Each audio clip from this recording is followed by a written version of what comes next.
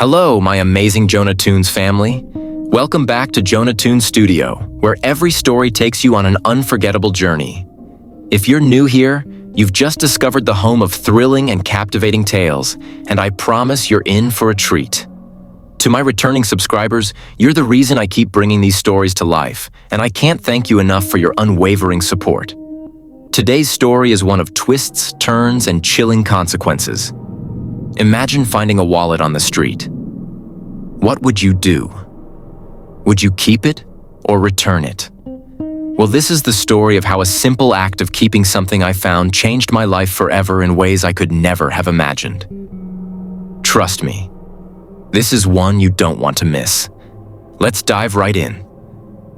It was a quiet Tuesday morning, and the streets were unusually empty. The rain from the night before had left the air cool and crisp, with puddles reflecting the weak sunlight peeking through gray clouds. I had just finished my errands and was walking back home, my thoughts drifting aimlessly, when I saw it. A wallet lying by the roadside. It was a simple black leather wallet, worn at the edges, like it had been through years of faithful service. I stopped and looked around. No one was in sight. I hesitated for a moment before picking it up. It felt heavier than I expected. Curiosity got the better of me, and I opened it right there on the sidewalk. Inside, I found a wad of crisp Naira notes, so thick I couldn't even count it without drawing attention. My heart skipped a beat. There were cards too, an ID card, a driver's license, some ATM cards, but it was the cash that caught my attention. I was between jobs, barely scraping by, and this kind of money could fix a lot of my problems. I stood there wrestling with myself. The ID card bore the name Mr. Emmanuel Okeke, along with his photograph, a middle-aged man with tired eyes and a stern expression. I could return it. But what if he didn't care? What if he was one of those rich men who wouldn't even notice the money was gone? My hands trembled as I tucked the wallet into my bag and walked away. The guilt started almost immediately. Every step I took felt heavier, like the wallet was weighing me down. I told myself I'd return it, eventually. But first, I needed to solve a few pressing problems. Rent was overdue. My younger sister needed school fees, and I hadn't eaten a proper meal in days.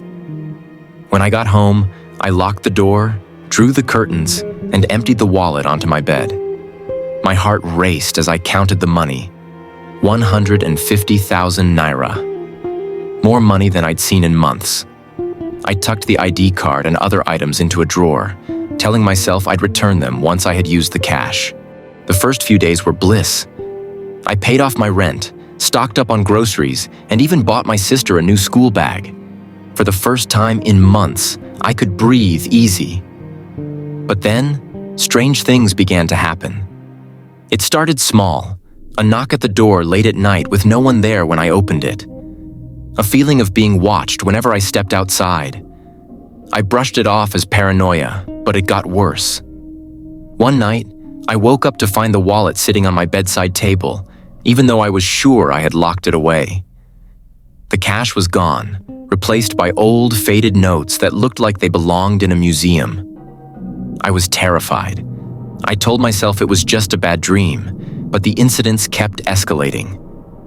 My phone would ring, and when I answered, there would be only static. Once, I returned home to find the ID card I had hidden now sitting on the dining table, the man's face smiling at me. A smile that hadn't been there before. Desperate, I decided to get rid of the wallet. I took it to a nearby river and threw it in, watching as it sank beneath the murky water. But when I returned home, it was sitting on my bed, soaked and dripping. By now, I was losing my mind. I couldn't sleep, couldn't eat, and every time I closed my eyes, I saw Mr. Okeke's face, smiling, staring, waiting. I knew I had to return the wallet, but I had already spent the money. Would he even take it back? Gathering my courage, I decided to visit the address on the ID card. It was an old, crumbling house on the outskirts of town. The place looked abandoned, but I knocked anyway. The door creaked open, and an elderly woman appeared. "Good afternoon," I stammered. I'm looking for Mr. Emmanuel Okiki. I found his wallet. The woman's face darkened. Mr. Okiki is my son, she said slowly.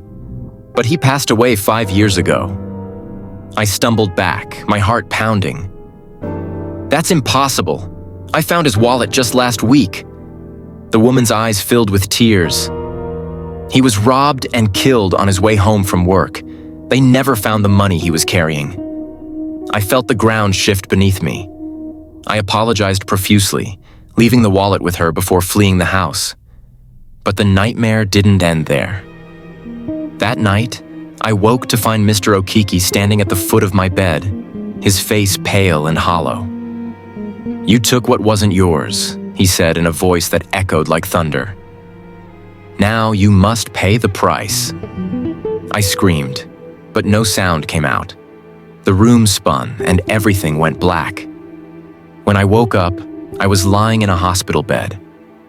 The doctor said I had been found unconscious in my apartment, clutching an old wallet. But when I looked for it, it was gone.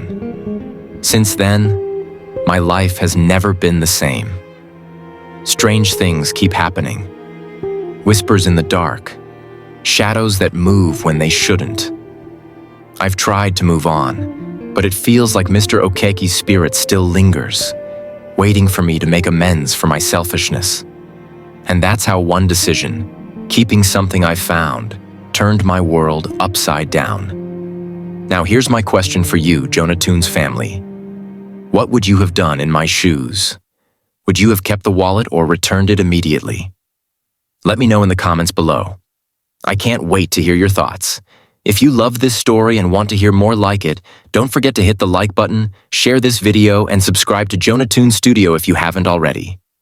And make sure to ring that notification bell so you never miss an upload. Thank you so much for watching and for being part of this incredible community. Remember, every decision has consequences, some seen and some unseen. Stay safe, stay curious, and I'll see you in the next story. Bye for now.